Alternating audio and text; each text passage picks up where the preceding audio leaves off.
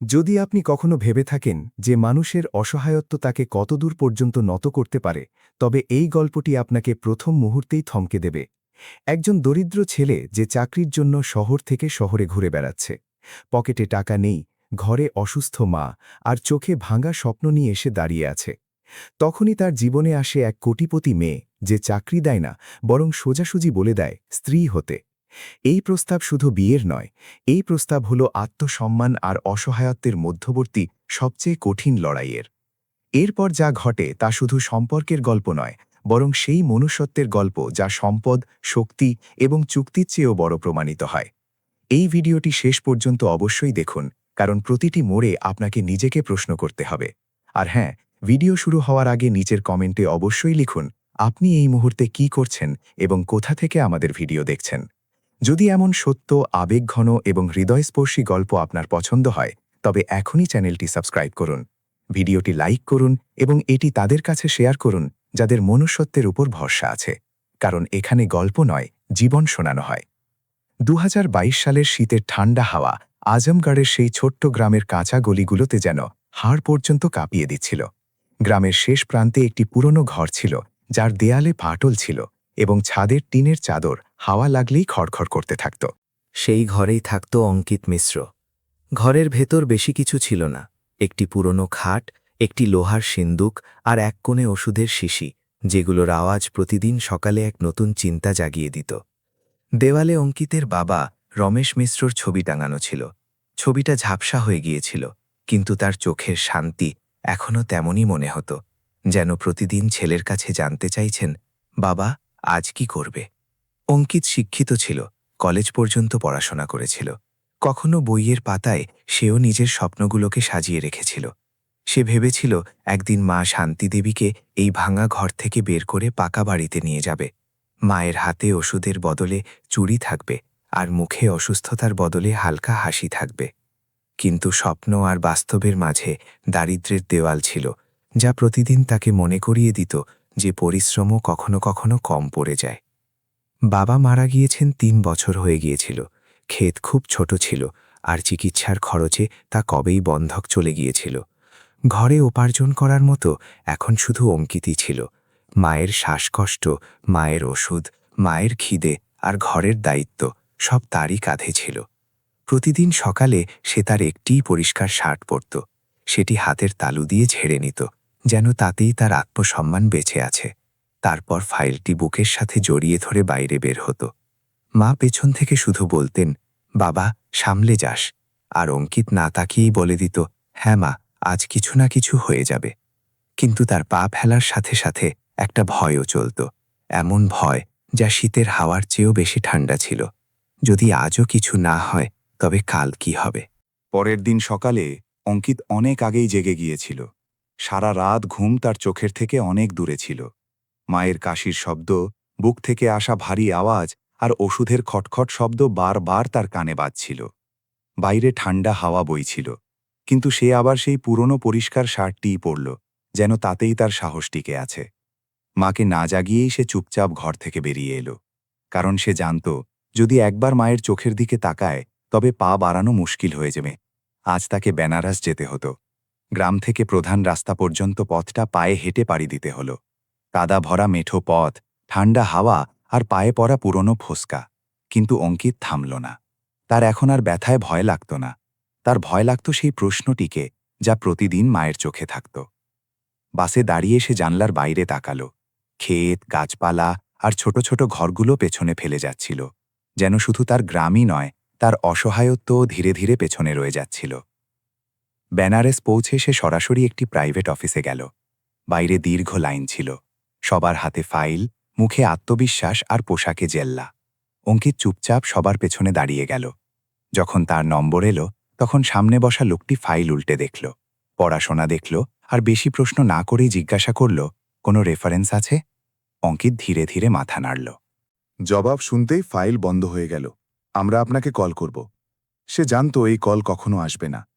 বাইরে বেরোতেই রোদ তীব্র ছিল, কিন্তু তার ভেতরে ঠান্ডা বাড়ছিল। খিদে পেয়েছিল, কিন্তু সে শুধু 1 কাপ চা খেল। টাকা বাঁচাতে হতো, কারণ পরের শহর ছিল লখনৌ।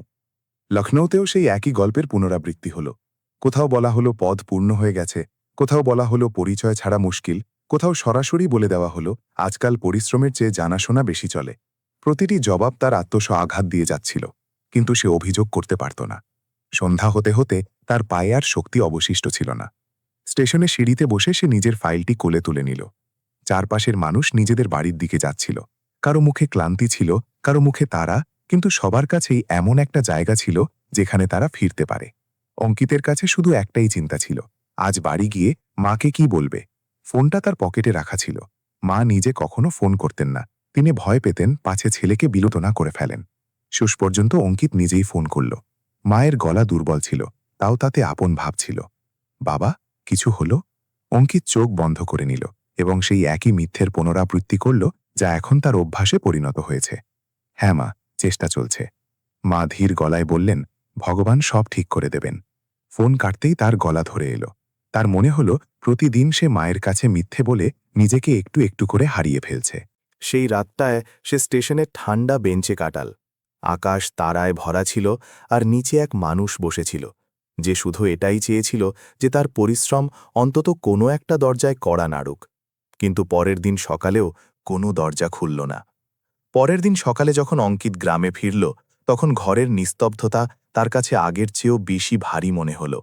দরজা অর্ধেক খোলা ছিল আর ভেতর থেকে মায়ের নিঃশ্বাসের শব্দ পরিষ্কার শোনা যাচ্ছিল, যেন প্রতিটি নিঃশ্বাস কোনো বোঝার নিচে চাপা পড়ছে। সে দ্রুত ভেতরে গেল। শান্তিদেবী খাটে শুয়েছিলেন, চোখ বন্ধ ছিল, কপালে ঘাম আর মুখে ক্লান্তির ছাপ স্পষ্ট। অঙ্কিত ধীরে ধীরে তার হাত ধরল। মা, আমি এসে গেছি। তার চোখ খুলল আর ঠোঁটে এক দুর্বল হাসি ফুটে উঠল, যেন ছেলেকে দেখে একটু স্বস্তি পেলেন। দিন বাড়ার সাথে সাথে তার অবস্থা আরও খারাপ হতে লাগল। শ্বাসকষ্ট বাড়তে লাগল, বুকে ব্যথা বেড়ে গেল। অঙ্কিত গ্রামের ডাক্তারকে ডাকল।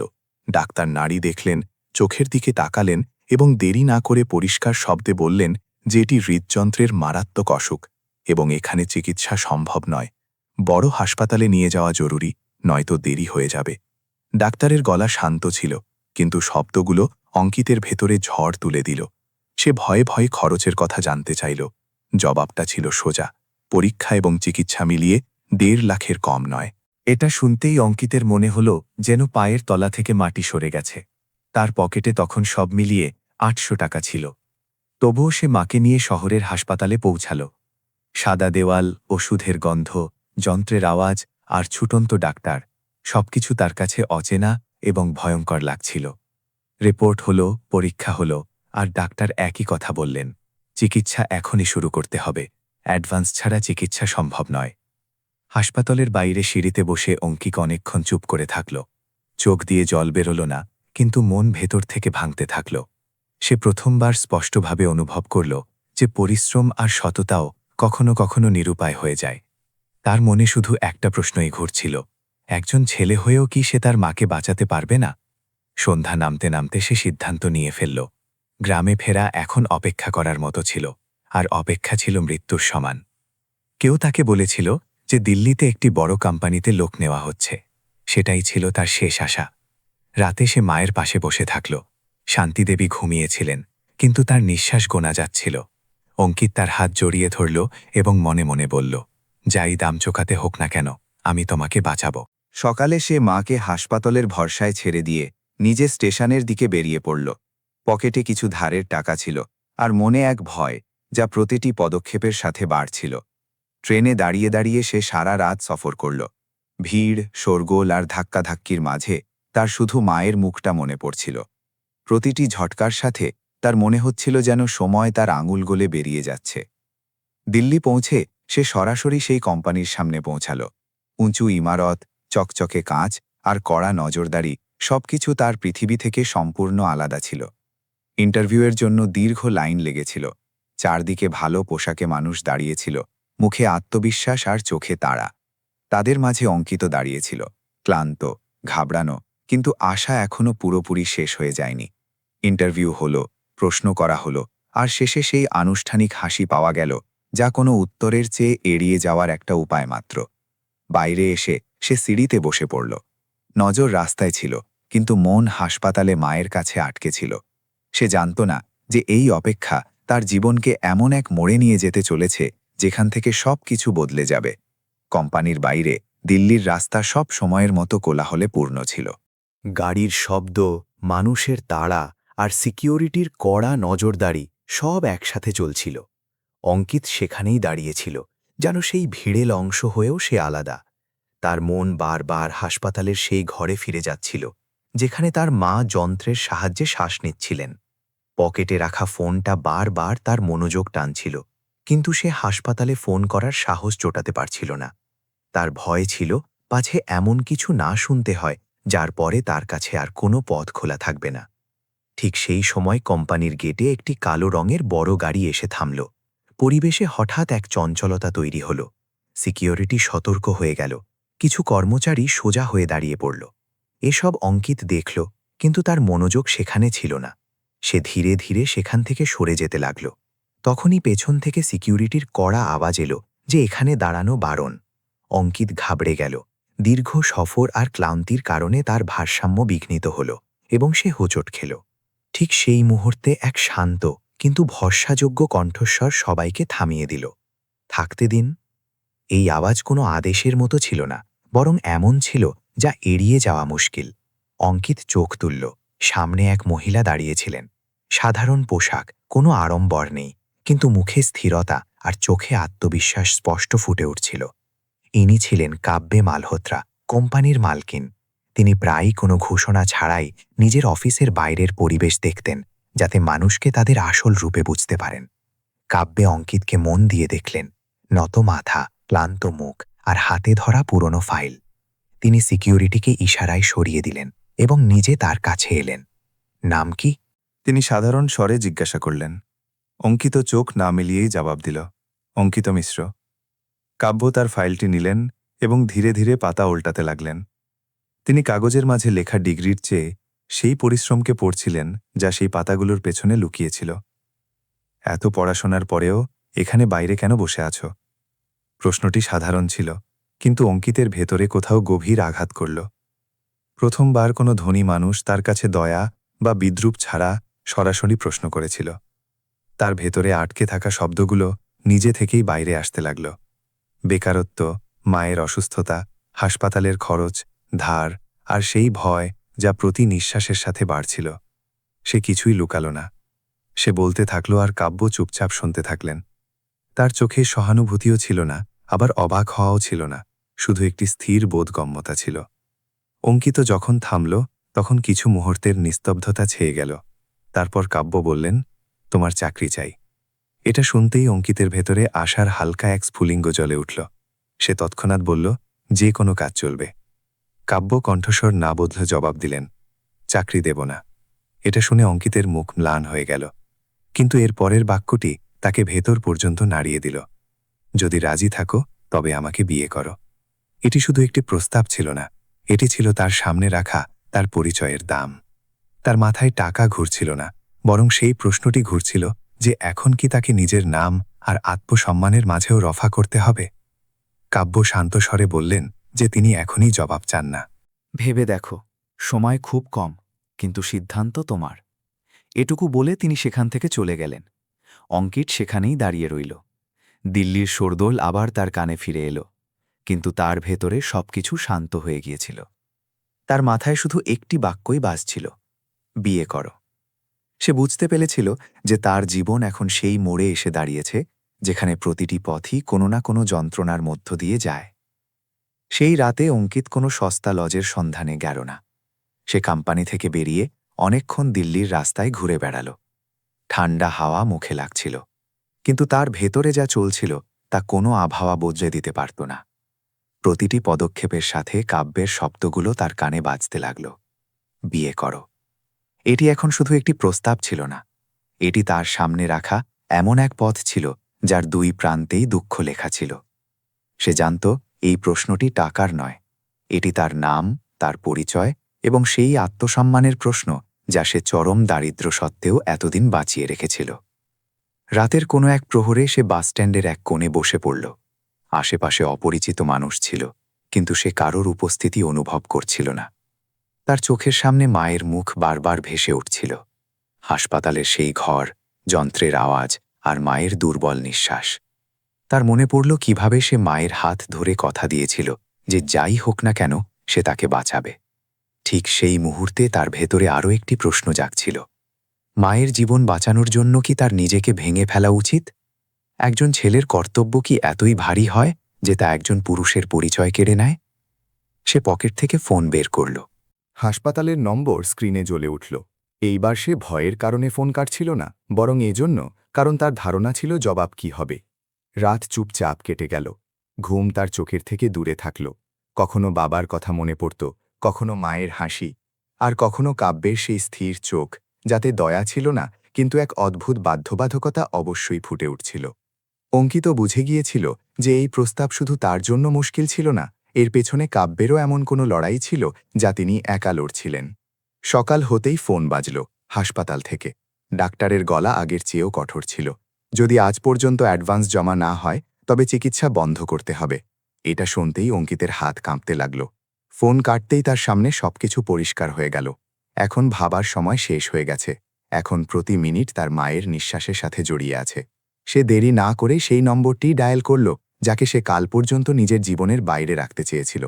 কিছুক্ষণের মধ্যেই একটি গাড়ি তাকে নিতে এলো। অঙ্কিত কোনো প্রশ্ন করল না। সে চুপচাপ গাড়িতে বসে পড়ল। দিল্লির ঝকঝকে রাস্তা, উঁচু উঁচু বাড়ি আর আয়নায় দেখা নিজের প্রতিচ্ছবি সবকিছু তার সামনে ছিল, কিন্তু তার মন হাসপাতালে সেই ঘরে আটকে ছিল। গাড়িটি একটি শান্ত ক্যাফেটেরিয়ার সামনে থামল। না কোনো মিডিয়া ছিল, না ক্যামেরা, না কোনো ভিড়। যেন এই সিদ্ধান্তটি ইচ্ছে করেই দুনিয়ার চোখের আড়ালে রাখা হয়েছে। কাব্য আগে থেকেই সেখানে বসেছিলেন। তার মুখে সেই একই স্থিরতা ছিল, কিন্তু চোখে হালকা ক্লান্তি আর গাম্ভীর্য স্পষ্ট দেখা যাচ্ছিল। তিনি বসার ইশারা করলেন। কিছুক্ষণ দুজনের মাঝে নিস্তব্ধতা রইল, যাতে শুধু অঙ্কিতের নিজের নিঃশ্বাসের শব্দই শোনা যাচ্ছিল। তারপর কাব্য বললেন যে তিনি জানেন এই চুক্তি কারোর জন্যই সহজ হতে পারে না, তার জন্যও নয়। এরপর তিনি তার বাবার উইলের কথা বললেন, যাতে পরিষ্কার লেখা ছিল যে কোম্পানির পুরো দায়িত্ব তিনি তখনই পাবেন যখন তিনি বিবাহিত হবেন। তার আত্মীয়রা এই সুযোগের অপেক্ষায় ছিল, যাতে কোম্পানির ওপর নিজেদের অধিকার কায়েম করতে পারে। আমার স্বামী চাই না অঙ্কিত, তার গলায় কঠোরতা ছিল, কিন্তু তার নিচে ক্লান্তিও লুকিয়েছিল। আমার এমন একটা নাম চাই যা বিক্রয়যোগ্য নয়, যে বাধ্য হয়েও নত হয় না। তিনি মেঝের ওপর কাগজগুলো রাখলেন। বিয়ে শুধু কাগজে কলমে হবে, ব্যক্তিগত জীবনে কোনো হস্তক্ষেপ থাকবে না। বিনিময়ে মায়ের পুরো চিকিৎসা, থাকার জায়গা আর কোম্পানিতে চাকরি। অঙ্কিত কাঁপতে থাকা হাতে কাগজগুলো তুলে নিল। প্রতিটি লাইন তার হৃদয়ে কোনো প্রশ্নের মতো নেমে আসছিল। সে ধীরে ধীরে বলল যে এটি তার অসহায়ত্বের সওদা। কাব্য নজর না সরিয়েই জবাব দিলেন, হ্যাঁ, কিন্তু এটি শুধু তোমার একার অসহায়ত্ব নয়। অঙ্কিত বাইরে বেরিয়ে এলো। রাস্তার ধারে দাঁড়িয়ে সেই মানুষটি কাঁদছিলও না, আবার চিৎকারও করছিল না। ঠিক তখনই ফোন আবার বাজল। রোগীর অবস্থা খারাপ হচ্ছে। ঠিক সেই মুহূর্তেই অঙ্কিত বুঝতে পারল যে এখন তার কাছে কোনো পথ বেছে নেওয়ার অধিকার অবশিষ্ট নেই। সেই মুহূর্তের পর অঙ্কিত আর কোনো প্রশ্ন করল না। হাসপাতাল থেকে আসা আওয়াজ এখনও তার ভেতরে প্রতিধ্বনিত হচ্ছিল, আর সেই প্রতিধ্বনির মাঝেই সে নিজের মাথা নত করে নিল। এই নত হওয়া হার মানা ছিল না, এটি সেই ছেলের নত হওয়া ছিল যে বুঝে গিয়েছিল কিছু নিঃশ্বাস যে কোনো শর্তের চেয়ে বড় হয়। কাব্য তার নিস্তব্ধতাকে উত্তর হিসেবে ধরে নিলেন। কোনো আড়ম্বর ছাড়াই তিনি ফোনে জরুরি নির্দেশ দিলেন। কয়েকদিনের মধ্যেই কাগজের আনুষ্ঠানিকতা পূরণ হওয়ার কথা ছিল। অঙ্কিতের কাছে এই সব কিছু নিজের জীবনের মতো মনে হচ্ছিল না, যেন সে নিজে এই সিদ্ধান্তের অংশ নয়, বরং তা পালন করার কোনো একটি চরিত্র মাত্র। বিয়ে কোনো মন্দিরে হল না, না ঢোল বাজল না সানাই। একটি সরকারি অফিস, দুজন সাক্ষী আর কিছু সই। কাগজে নাম জুড়ল, কিন্তু হৃদয়ের মাঝে দূরত্ব তেমনই রয়ে গেল। শেষ সইটি করার সময় অঙ্কিতের হাত হালকা কেঁপে উঠল। তার মনে হল যেন প্রতিটি অক্ষরের সাথে সে নিজের ভেতরের কোনো এক অংশ পেছনে ফেলে যাচ্ছে। কাব্য শান্ত ছিলেন, সংযত, যেন এই সব কিছু তার কাছে একটি জরুরি প্রক্রিয়া মাত্র। বাইরে বেরোনোর সময় তিনি শুধু বললেন যে চিকিৎসার ব্যবস্থা শুরু হয়ে গেছে। হাসপাতালে পৌঁছাতেই অঙ্কিত তফাৎ অনুভব করল। সেই একই ডাক্তার, সেই একই ঘর, কিন্তু এখন আর কোনো বাধা ছিল না। ওষুধ সময় মতো পাওয়া যাচ্ছিল, পরীক্ষাগুলো প্রশ্ন ছাড়াই হচ্ছিল। কয়েকদিনের মধ্যেই শান্তিদেবীর নিঃশ্বাসের ভার হালকা হতে শুরু করল। তিনি ছেলের হাত ধরে জিজ্ঞাসা করলেন যে চাকরি পাওয়া গেছে কিনা। অঙ্কিত মাথা নাড়ল। সে সত্যিটা বলল না, কারণ সেই সত্যের ভার সে ওই দুর্বল শরীরের উপর চাপাতে পারত না। সেই মুহূর্তে তার জন্য এটাই যথেষ্ট ছিল যে মায়ের চোখে ভয়ের বদলে শান্তি ছিল। ধীরে ধীরে সবকিছু এক নতুন দিনচর্যায় বদলে যেতে লাগল। অঙ্কিত সেই বাড়িতে থাকতে শুরু করল যাকে এখন তার নতুন ঠিকানা বলা হচ্ছে। বড় বাড়ি, শান্ত কলি, সব সুবিধা বর্তমান, কিন্তু ভেতরে এক শূন্যতা ছিল যা রাত হতেই আরও গভীর হয়ে যেত। তার ঘর আলাদা ছিল, কাব্যের আলাদা। পুরো বাড়িতে নিস্তব্ধতা থাকত, যাতে কখনো কখনো শুধু তার পায়ের শব্দ শোনা যেত। সে পরিষ্কার বুঝতে পেরেছিল যে এই সম্পর্ক শুধু কাগজের, এর চেয়ে বেশি কিছু নয়। অফিসে তার দিনগুলো চুপচাপ কাটতে শুরু করল। সে সময়ের আগে আসত, অনেক রাত পর্যন্ত থাকত এবং কোনো আশা ছাড়াই কাজ করত। কয়েক সপ্তাহ ধরে সে শুধু ফাইলের মধ্যেই ডুবে থাকল। কর্মচারীদের কথা শুনত, সামনে পিয়ন হোক বা জুনিয়র স্টাফ। সে জানত যে এখানে তাকে কোনো সম্পর্কের কারণে নয়, বরং নিজের কাজের কারণে টিকে থাকতে হবে। কিছু মানুষ তাকে উপেক্ষা করত, কিছু মানুষ আড়ালে কথা বলত, কিন্তু সে নিজেকে এসব থেকে দূরে রেখেছিল। তার জন্য কাজই তার পরিচয় হয়ে উঠেছিল। কাব্য দূর থেকে এসব দেখতেন। শুরুতে তিনি ইচ্ছে করেই অঙ্কিতের থেকে দূরত্ব বজায় রেখেছিলেন, হয়তো এজন্য যে তার উপস্থিতি তাকে সেই চুক্তির কথা মনে করিয়ে দিত যা তিনি বাধ্য হয়ে বেছে নিয়েছিলেন। কিন্তু সময়ের সাথে সাথে এই দূরত্ব নিজে থেকেই কমতে শুরু করল। অঙ্কিতের কোনো অভিযোগ ছাড়া কাজ করা, কৃতিত্ব না চেয়ে দায়িত্ব নেওয়া, আর প্রতিটি পরিস্থিতিতে সংযম বজায় রাখা, এই সব তার ভেতরে কোনো প্রশ্নের মতো গেঁথে যেতে লাগল। রাতে নিজের ঘরে বসে অঙ্কিত জানলা দিয়ে বাইরের অন্ধকার আকাশের দিকে তাকাত। তার এখন আর এটা মনে হতো না যে সে নিজেকে হারিয়ে ফেলেছে, বরং এটা বুঝতে শুরু করেছিল যে সে একটি সিদ্ধান্ত নিয়েছে এবং এখন সেই সিদ্ধান্তের সাথেই তাকে বাঁচতে হবে। যখন সে হাসপাতালে গিয়ে মাকে হাসতে দেখত, তখন তার ভেতরে এক শান্ত সন্তোষ ভরে যেত। সে জানত এই পথ সহজ নয়, কিন্তু এখন পেছনে ফেরার চেয়ে ভালো হলো এই পথে নিজেকে সামলে নিয়ে চলতে শেখা। এই চুক্তির বিয়ে এখন তার কাছে শুধু একটি অসহায়ত্ব হয়ে থাকেনি, এটি তার চরিত্রের পরীক্ষা হয়ে দাঁড়িয়েছিল। সময় আপন গতিতে এগিয়ে চলল। চুক্তির বিয়ের কয়েক মাস হয়ে গিয়েছিল এবং এই মাসগুলোতে অঙ্কিতের জীবন বাইরে থেকে শান্ত দেখাচ্ছিল। মায়ের শরীর এখন আগের চেয়ে অনেক ভালো ছিল, ওষুধ সময়মতো মিলছিল, পরীক্ষা নিয়মিত হচ্ছিল, আর তার মুখ থেকে সেই ভয় ধীরে ধীরে সরে যাচ্ছিল, যা কখনো প্রতি নিঃশ্বাসের সাথে দেখা যেত। যখন অঙ্কিত হাসপাতালে যেত এবং মাকে হালকা হাসির সাথে তার অপেক্ষা করতে দেখত, তখন তার ভেতরে এক অদ্ভুত শান্তি নেমে আসত। তার মনে হতো হয়তো সে যে পথ বেছে নিয়েছিল তা পুরোপুরি বৃথা যায়নি। অফিসে তার দিনগুলো কোনো হট্টগোল ছাড়াই কাটছিল। সে সময়ে আসত, চুপচাপ কাজ করত, আর কোনো প্রত্যাশা ছাড়াই দায়িত্ব পালন করত। কয়েক সপ্তাহ পর্যন্ত কেউ তার ওপর বিশেষ নজর দেয়নি। বেশিরভাগ মানুষ তাকে শুধু মালকিনের স্বামী বলে মনে করত, এমন এক নাম যাকে পরিস্থিতি ওপরে পৌঁছে দিয়েছে। আড়ালে কথা হতো, কানে ফিসফিসানি আসত, কিন্তু অঙ্কিত এখন এই সব থেকে নিজেকে দূরে রাখতে শুরু করেছিল। সে বুঝে গিয়েছিল যে সাফাই দেওয়া তার কাজ নয় এবং তা জরুরিও নয়। যদি কিছু প্রমাণ করতে হয় তবে তা শুধু নিজের কাজ দিয়েই হবে। এই দিনগুলোতেই সে কিছু অদ্ভুত ব্যাপার লক্ষ্য করতে শুরু করল।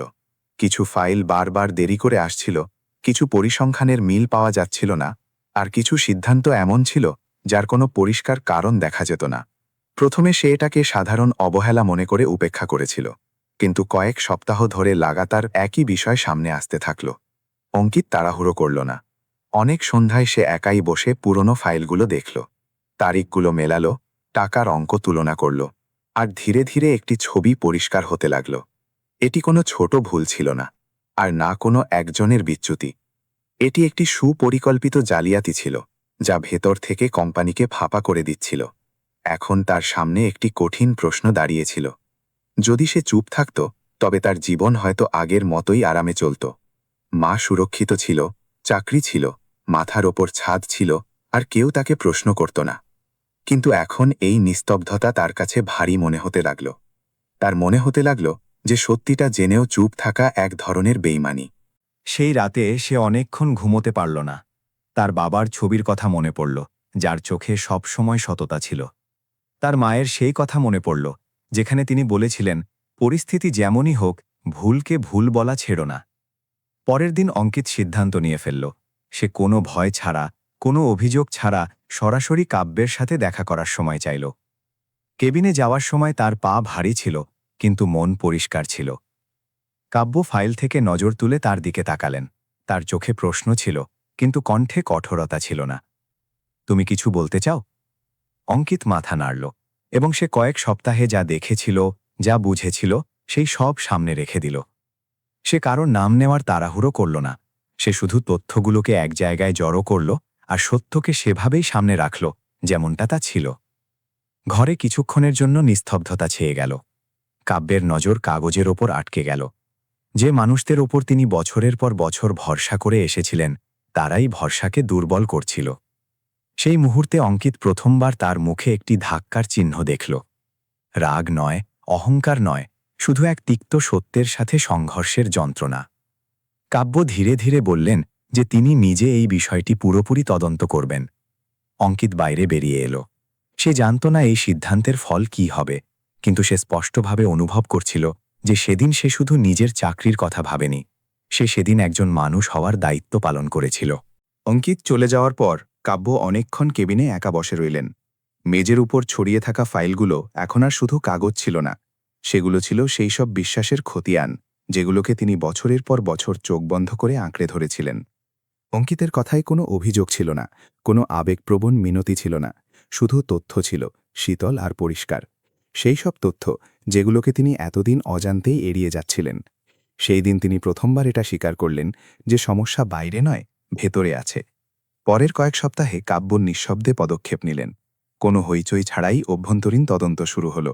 বাইরের অডিটররা এলো, পুরনো রেকর্ড বের করা হলো, ইমেল আর লেনদেন পুনরায় খতিয়ে দেখা হলো। বাইরে সব স্বাভাবিক মনে হতে লাগল, কিন্তু ভেতরে স্তরে স্তরে সত্য উন্মোচিত হতে লাগল। যে নামগুলোর উপর সবচেয়ে বেশি ভরসা ছিল, সেই নামগুলোই প্রশ্নের মুখে আসতে শুরু করল। এটি শুধু ব্যবসার ধাক্কা ছিল না, এটি ছিল সেই ভরসা ভেঙে যাওয়ার যন্ত্রণা, যার উপর তিনি নিজের পরিচয় তৈরি করেছিলেন। এদিকে অঙ্কিত নিজের দিনচর্যায় লেগে থাকল। সে কারো সাথে আলোচনা করত না, বা কারো কাছে কোনো ইঙ্গিত চাইত না। কাজ, ঘর আর হাসপাতালের মাঝে তার জীবন সীমাবদ্ধ থাকল। অফিসে চাউনি বদলে গিয়েছিল। কিছু লোক তার থেকে দূরত্ব বজায় রাখতে লাগল, কিছু লোক তার নিস্তব্ধতাকে পড়ার চেষ্টা করতে লাগল। অঙ্কিত বুঝত যে সত্যের পথ প্রায়ই একাকী হয়, এবং সে সেই পথেই চলছিল। ক্রমাগত মানসিক চাপ আর ঘুমের অভাব কাব্যের শরীরে প্রভাব ফেলতে শুরু করল। কয়েকদিন তিনি নিজেকে সামলানোর চেষ্টা করলেন, কিন্তু এক সন্ধ্যায় মাথা ঘুরে পড়ে যাওয়ার পর ডাক্তার পরিষ্কার বললেন যে বিশ্রাম জরুরি। বড় বাড়িতে সব ছিল, তবু এক শূন্যতা ছিল, যা রাত হতেই ভারী হয়ে উঠত। এই দিনগুলোতে অঙ্কিত কোনো বিশেষ অনুরোধ ছাড়াই জরুরি ব্যবস্থাগুলো করে দিল। ওষুধ সময় মতো দেওয়া, ডাক্তারের সাথে কথা বলা, আর শুধু খেয়াল রাখা যাতে কোনো কিছু বাদ না পড়ে। সে এটাকে অনুগ্রহ হিসেবে দেখায়নি, আর না এটাকে নিজের অধিকার বলে মনে করেছে। এটি ছিল শুধু একজন মানুষ হিসেবে সাধারণ কর্তব্য।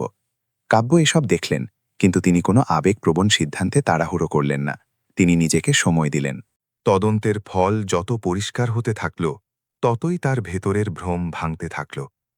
এখন সিদ্ধান্তটি অসুস্থতার দুর্বলতায় নয়, বরং পুরোপুরি বুদ্ধিমত্তার সাথে নেওয়া জরুরি ছিল। কয়েক সপ্তাহ পর যখন তিনি সুস্থ হয়ে উঠলেন এবং সত্য তার সামনে পুরোপুরি উন্মোচিত হল, তখন তিনি অঙ্কিতকে ডাকলেন। ঘরে সেই পুরনো চুক্তিটি রাখা ছিল, সেই কাগজটি যা দুজনের জীবনকে একটি চুক্তিতে বেঁধে ফেলেছিল। কাব্য সেটির দিকে তাকালেন, এক মুহূর্ত থামলেন এবং দীর্ঘশ্বাস নিলেন। তার গলায় ক্লান্তি ছিল, কিন্তু সিদ্ধান্ত পরিষ্কার ছিল। তিনি বললেন যে তিনি এখন আর মিথ্যে আর ভয়ের সাথে চলতে পারেন না। এটুকু বলে তিনি চুক্তিটি তুলে নিলেন এবং কোনো নাটকীয়তা ছাড়াই তা ছিঁড়ে ফেললেন। কাগজের টুকরোগুলো মেঝের উপর ছড়িয়ে পড়ল, যেন কোনো দীর্ঘ বোঝা থেকে মুক্তি পাওয়া গেল।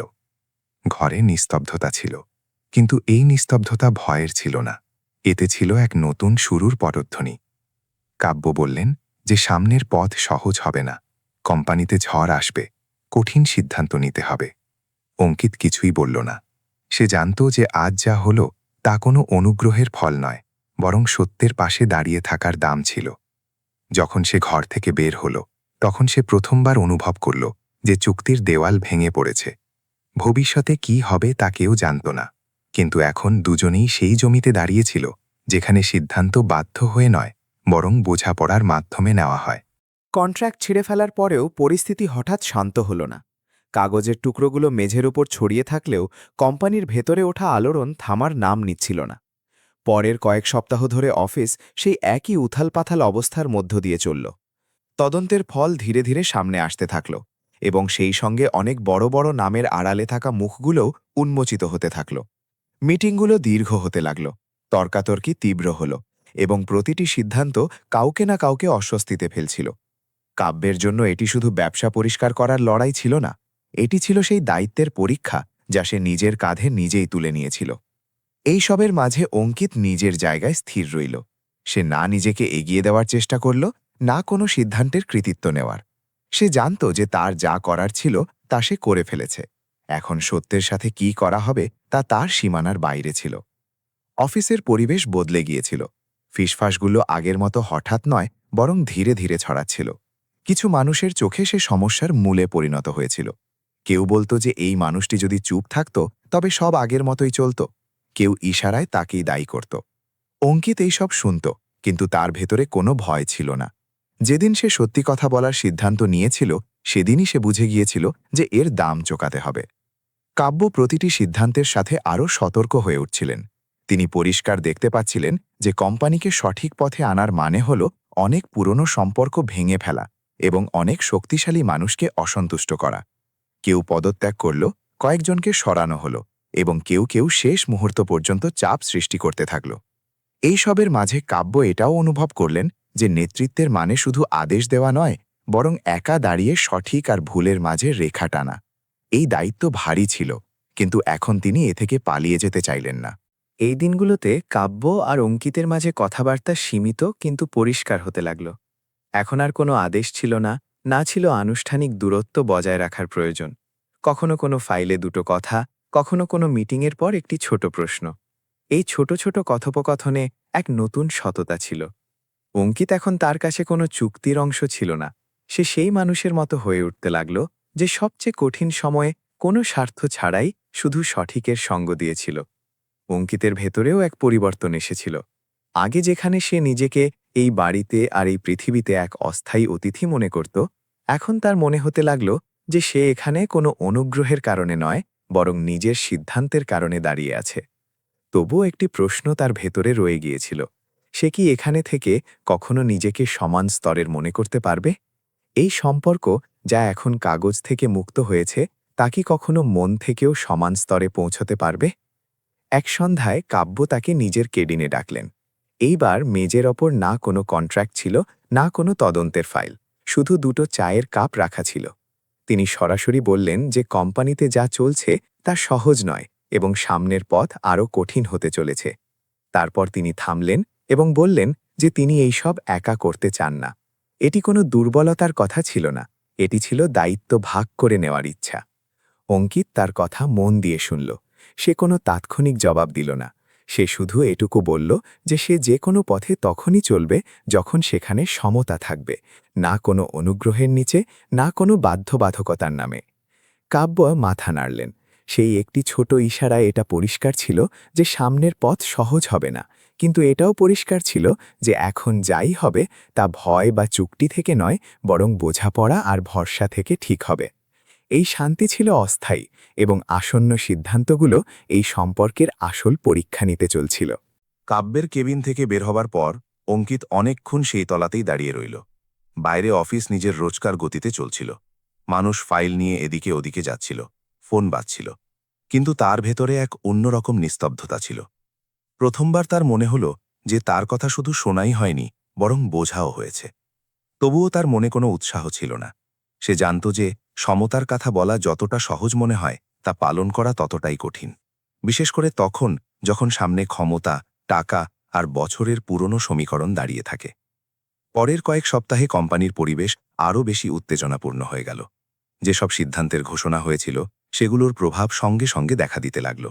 কিছু মানুষের মুখ কঠোর হয়ে গেল, কারো কারো গলায় অসন্তোষ প্রকাশ পেতে লাগল। মিটিং দীর্ঘ হতে লাগল এবং প্রতিবার কাব্যকে সেই একই প্রশ্ন আলাদা আলাদাভাবে শুনতে হল। অনেক সন্ধ্যা এমন ছিল যখন তিনি গভীর রাত পর্যন্ত অফিসে বসে থাকলেন, কারণ প্রতিটি সিদ্ধান্ত কারো না কারো স্বার্থে আঘাত করছিল।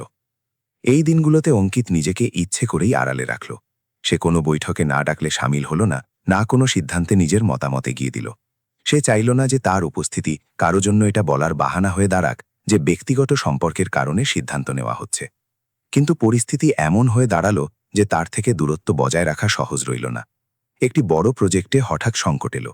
কিছু বিনিয়োগকারী পিছিয়ে যাওয়ার সংকেত দিল এবং বোর্ডে অসন্তোষ প্রকাশ্য হয়ে উঠল। ধীরে ধীরে এই কথা ছড়াতে লাগলো যে কোম্পানির স্থিতিশীলতার জন্য এমন কোনো মুখের প্রয়োজন যাকে সবাই ভরসা করতে পারে।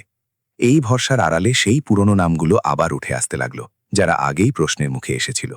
অঙ্কিত পরিষ্কার দেখতে পাচ্ছিল যে এটি শুধু ব্যবসার সংকট নয়, এটি ক্ষমতা ফিরে পাওয়ার চেষ্টা, এবং এই চেষ্টায় তাকেও লক্ষ্যবস্তু করা হতে পারে। এক সন্ধ্যায় কাব্য তাকে ডাকলেন। এইবার তার গলায় ক্লান্তি কম আর স্পষ্টতা বেশি ছিল।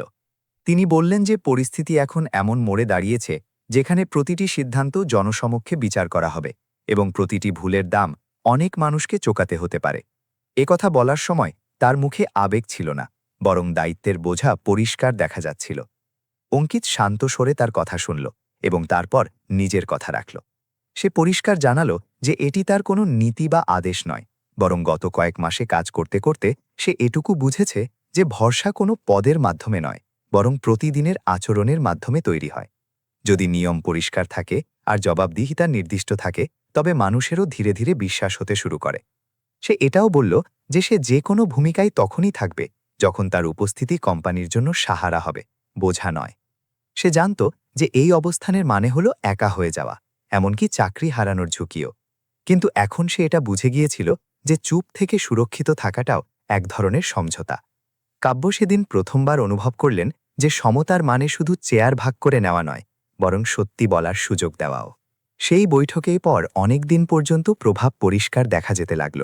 কিছু বিনিয়োগকারী পিছিয়ে গেল, কিছু নতুন মানুষ সামনে এলো, যারা পরিষ্কার নিয়ম আর সৎ নেতৃত্বের ওপর ভরসা করতে চাইল। মুনাফা সঙ্গে সঙ্গে দেখা না গেলেও কোম্পানির দিক বদলাতে লাগল। কাব্য জানতেন যে তিনি ঝুঁকি নিয়েছেন, এবং অঙ্কিত এটা বুঝতে পারছিল যে এই ঝুঁকির দাম তাকে ব্যক্তিগতভাবে চোকাতে হতে পারে। এইসবের মাঝে অঙ্কিত নিজেকে নতুন করে যাচাই করল।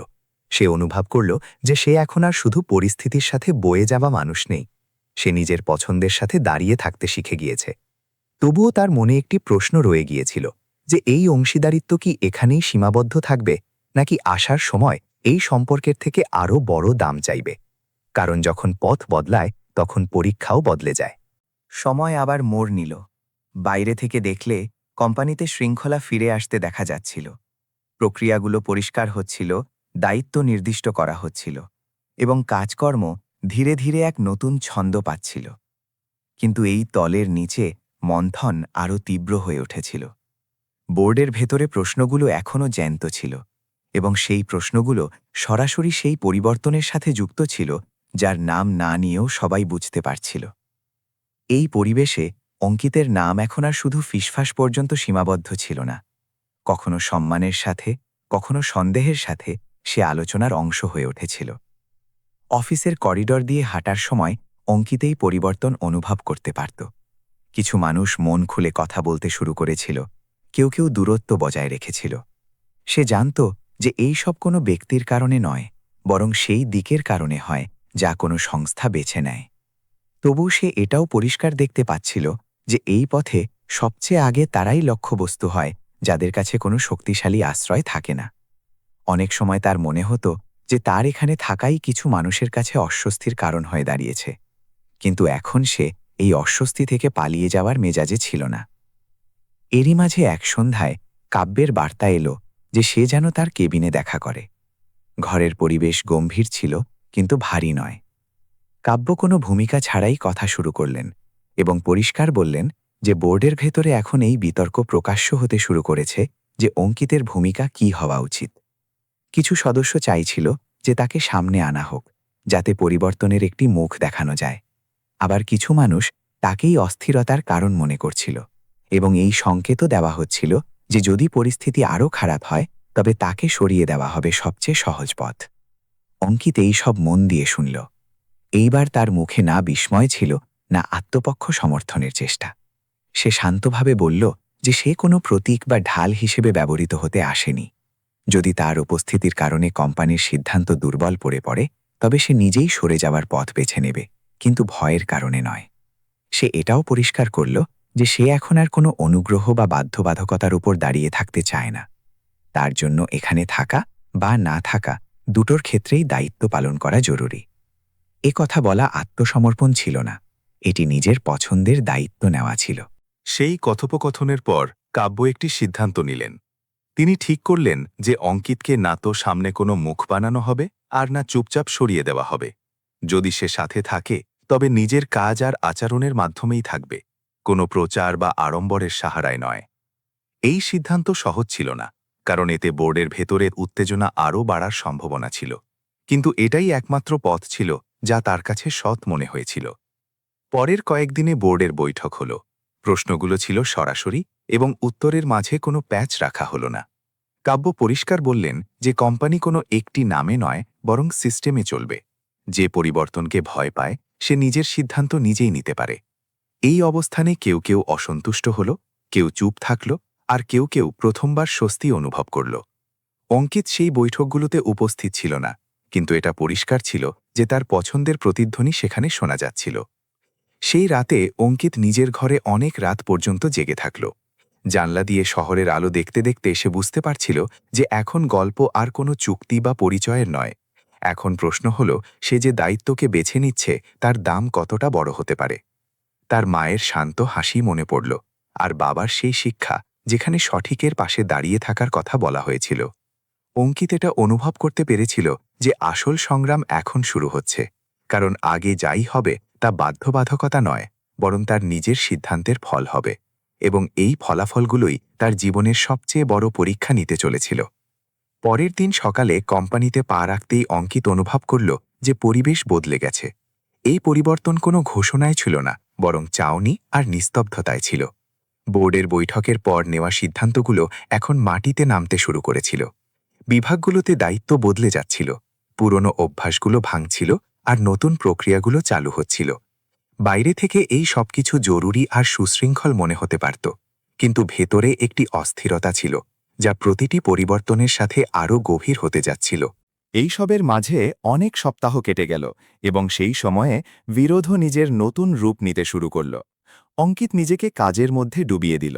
সে জানত যে এই সময়ে প্রতিটি শব্দ আর প্রতিটি পদক্ষেপ মেপে নেওয়া হবে। অনেক সময়ে তাকে এমন কাজ দেওয়া হলো যাতে না ছিল কোনো কৃতিত্ব, না ছিল কোনো জেল্লা।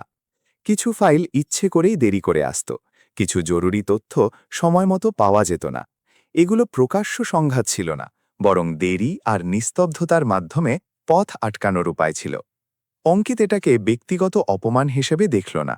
সে প্রতিটি কথোপকথনের সারমর্ম লিখে রাখল, প্রতিটি নথির প্রতিলিপি সুরক্ষিত রাখল এবং প্রতিটি পদক্ষেপ স্বচ্ছ রাখার সিদ্ধান্ত নিল, যাতে প্রশ্ন উঠলে জবাব প্রস্তুত থাকে। অনেক সপ্তাহের পর্যবেক্ষণ আর ছোট ছোট সংকেত জুড়তে জুড়তে একটি ধরন বেরিয়ে এলো। পুরনো চুক্তির শর্তাবলী, নতুন প্রক্রিয়ার নোট এবং কিছু ভুলে যাওয়া ইমেল একে অপরের সাথে মিলতে শুরু করল। এটি কোনো একটি ফাইল ছিল না, বরং আলাদা আলাদা জায়গায় ছড়িয়ে থাকা কাগজগুলোকে জুড়ে তৈরি হওয়া একটি ছবি ছিল। সেই প্রক্রিয়ায় সে একটি পুরনো রিপোর্ট খুঁজে পেল, যা আগে গুরুত্বহীন মনে করে ছেড়ে দেওয়া হয়েছিল, কিন্তু নতুন তথ্যের সাথে মেলাতেই সেটির অর্থ বদলে গেল। এখন পরিষ্কার দেখা যাচ্ছিল যে কিছু পুরনো চুক্তি আর সাম্প্রতিক পরিবর্তন সরাসরি সংঘর্ষে লিপ্ত, আর এই সংঘর্ষ থেকে কিছু প্রভাবশালী ব্যক্তি লাভবান হচ্ছে। এদিকে কাব্যের ওপর চাপ ক্রমাগত বাড়ছিল। বোর্ডের নজরদারি কঠোর হয়ে উঠেছিল। প্রতি সপ্তাহে উন্নতির রিপোর্ট চাওয়া হতো, আর প্রতিবার সংকেত দেওয়া হতো যে এই প্রজেক্ট যেন বেশি লম্বা না হয়। কাব্য জানতেন যে যদি এই প্রজেক্ট ব্যর্থ হয় তবে প্রথম অভিযোগ তার ওপরই আসবে। তবুও তিনি হস্তক্ষেপ করলেন না।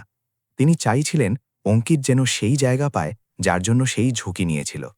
অনেক রাত তিনি এই চিন্তায় কাটালেন যে পাছে এই ভরসা কোনো বড় দাম না চেয়ে বসে। এক সন্ধ্যায় অঙ্কিত ঠিক করল যে আর দেরি করা যাবে না। সে কাব্যকে জানালো যে তার কাছে কিছু গুরুত্বপূর্ণ তথ্য আছে। দেখা হওয়াটা ছোট ছিল কিন্তু ভারী। অঙ্কিত যুক্ত করা নথিগুলো সামনে রাখল এবং পরিষ্কার বলল যে এই রিপোর্ট কোনো একটি ভুলের নয়, বরং পুরো সিস্টেমের দুর্বলতা দেখায়। যদি এটি সামনে আসে তবে অনেক নাম প্রশ্নের মুখে আসতে পারে, আর প্রতিক্রিয়া তীব্র হবে। কাব্য কোনো তাড়াহুড়ো ছাড়া কাগজগুলো দেখলেন। তার মুখে না ছিল বিস্ময়, না ছিল ভয়, শুধু একটি স্থৈর্য ছিল, যেন তিনি আগে থেকেই জানতেন যে এই দিন আসবে। তিনি জিজ্ঞাসা করলেন যে অঙ্কিত কি এই সত্যের সাথে দাঁড়িয়ে থাকতে পারবে যদি এর ফল তার বিপক্ষেও যায়। অঙ্কিত না থেমে বলল যে এখন পেছনে ফেরা তার পক্ষে সম্ভব নয়। সে এটাও পরিষ্কার করল যে সে কোনো চাঞ্চল্য খুঁজছে না, বরং সিস্টেমকে পরিষ্কার করার জন্য সত্যকে সামনে আনতে চায়। সেই রাতে দুজনে বেশি কথা বলল না, কিন্তু একটি কথা পরিষ্কার ছিল, গল্প এখন পরের মোড়ে পৌঁছে গিয়েছিল। এখন এটি শুধু একটি প্রজেক্ট ছিল না, বরং একটি পরীক্ষা হয়ে দাঁড়িয়েছিল যে একটি সংস্থা সত্যের আয়নায় নিজেকে দেখার সাহস রাখে কিনা। যখন অঙ্কিত নিজের ঘরে ফিরল, তখন তার ফোনে একটি বার্তা জ্বলে উঠল।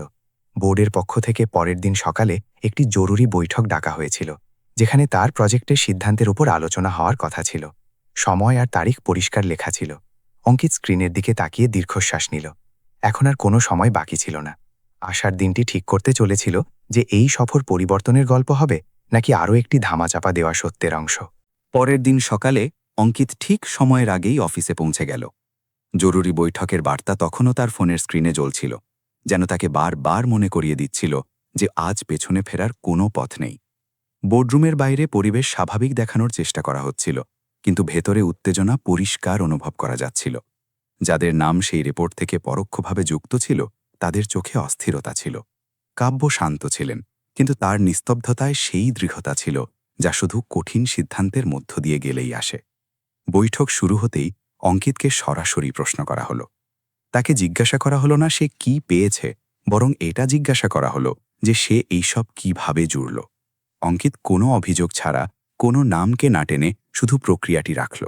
সে জানালো কিভাবে আলাদা আলাদা নথি, ইমেল আর শর্তাবলী একে অপরের সাথে সংঘর্ষে লিপ্ত ছিল, আর কিভাবে এই সংঘর্ষের ফলে সিস্টেম দুর্বল হয়ে যাচ্ছিল। সে কাউকে দোষী সাব্যস্ত করতে আসেনি, বরং এটা দেখাতে এসেছিল যে যদি আজ এই সত্য ধামাচাপা দেওয়া হয়, তবে কাল এর দাম পুরো কোম্পানিকে চোকাতে হবে। ঘরে কিছুক্ষণ নিস্তব্ধতা রইল। তারপর প্রশ্নগুলো আরও তীক্ষ্ণ হতে লাগল। কিছু সদস্য বলল যে এই সব খুব সংবেদনশীল আর এটাকে বাইরে আনা ঝুঁকিপূর্ণ হবে। কেউ কেউ পরামর্শ দিল যে আপাতত এটাকে অভ্যন্তরীণ স্তরেই মিটিয়ে নেওয়া হোক। তখন কাব্য প্রথমবার কথা বলতে গিয়ে বললেন যে এই চিন্তাধারাই কোম্পানিকে এখানে নিয়ে এসেছে। সত্যকে এড়িয়ে যাওয়া সমাধান নয়, বরং সমস্যাকে বড় করে তোলে। তার কণ্ঠস্বর উঁচু ছিল না, কিন্তু শব্দগুলোতে কোনো দ্বিধা ছিল না। তিনি পরিষ্কার বললেন যে কোম্পানি হয় আজ কঠিন পথ বেছে নিক, নয়তো কাল আরও বড় দাম চোকাক। অবশেষে সিদ্ধান্ত নেওয়া হলো। রিপোর্টটিকে ধামাচাপা দেওয়া হলো না। একটি স্বাধীন তদন্ত আর সিস্টেম সংশোধনের প্রক্রিয়া শুরু করা হলো। কিছু নাম সামনে এলো। কেউ কেউ পথ থেকে সরল, আর কেউ নিজেই নিজের পথ আলাদা করে নিল। এই সব কিছু একদিনে হলো না, কিন্তু দিক ঠিক হয়ে গিয়েছিল। অঙ্কিতের প্রজেক্ট শেষ হলো না, বরং এক নতুন শুরু হয়ে দাঁড়ালো। সেই দিন কেউ তার জন্য তালি বাজালো না, না কোনো শিরোনাম তৈরি হলো, কিন্তু অনেক কর্মচারীর চোখে প্রথমবার ভরসা দেখা গেল। কয়েক মাস পরে কোম্পানির পরিবেশ বদলে গিয়েছিল। প্রক্রিয়াগুলো পরিষ্কার ছিল। ভয়ের বদলে প্রশ্ন তোলার জায়গা তৈরি হচ্ছিল। অঙ্কিত এখনও সেই সাধারণভাবেই কাজ করত। তার পদের চেয়ে তার কথার দাম বেশি ছিল। কাব্যও নিজেকে বদলে যাওয়া অবস্থায় দেখতে পেলেন। তিনি বুঝে নিয়েছিলেন যে নেতৃত্বের মানে একা শক্তিশালী দেখানো নয়, বরং সঠিক মানুষের সাথে সঠিক সিদ্ধান্ত নেওয়া। এক সন্ধ্যায় অফিস থেকে ফেরার সময় অঙ্কিত মায়ের সাথে কথা বলল। মা শুধু এটুকু বললেন যে বাবা, মানুষের আসল উপার্জন সেটাই যা সে রাতে শান্তিতে ঘুমানোর সময় অনুভব করে। অঙ্কিত হাসল। তার মনে হল এই সফর যা অসহায়ত্ব দিয়ে শুরু হয়েছিল, এখন তাকে সেখানে নিয়ে এসেছে যেখানে সে নিজের চোখে মাথা উঁচু করে দাঁড়িয়ে থাকতে পারে। এই গল্প এখানেই শেষ হয় না, কিন্তু এটি একটি শিক্ষা রেখে যায়। টাকা পথ সহজ করতে পারে, পরিস্থিতি বদলে দিতে পারে, কিন্তু মানুষের শিরদাঁড়া হতে পারে না। সেই শিরদাঁড়া শুধু নিজের সিদ্ধান্তের মাধ্যমে তৈরি হয়। যখন কোনো মানুষ সত্যের সাথে দাঁড়ায়, তখন হয়তো সে সবকিছু জিতে নেয় না, কিন্তু নিজেকে অবশ্যই বাঁচিয়ে নেয়, আর এই জয়ই সবচেয়ে বড় হয়। যদি এই গল্প আপনাকে কোথাও ছুঁয়ে গিয়ে থাকে, যদি এটি আপনাকে নিজের সিদ্ধান্তের ব্যাপারে ভাবতে বাধ্য করে থাকে, তবে নিজের মতামত অবশ্যই জানাবেন। এই গল্পটি লাইক করুন, আপনজনদের সাথে শেয়ার করুন, আর এইভাবেই জীবনের সাথে জড়িত গল্পের জন্য চ্যানেলটি সাবস্ক্রাইব করতে ভুলবেন না, কারণ এখানে গল্প নয়, মনুষ্যত্ব শোনানো হয়।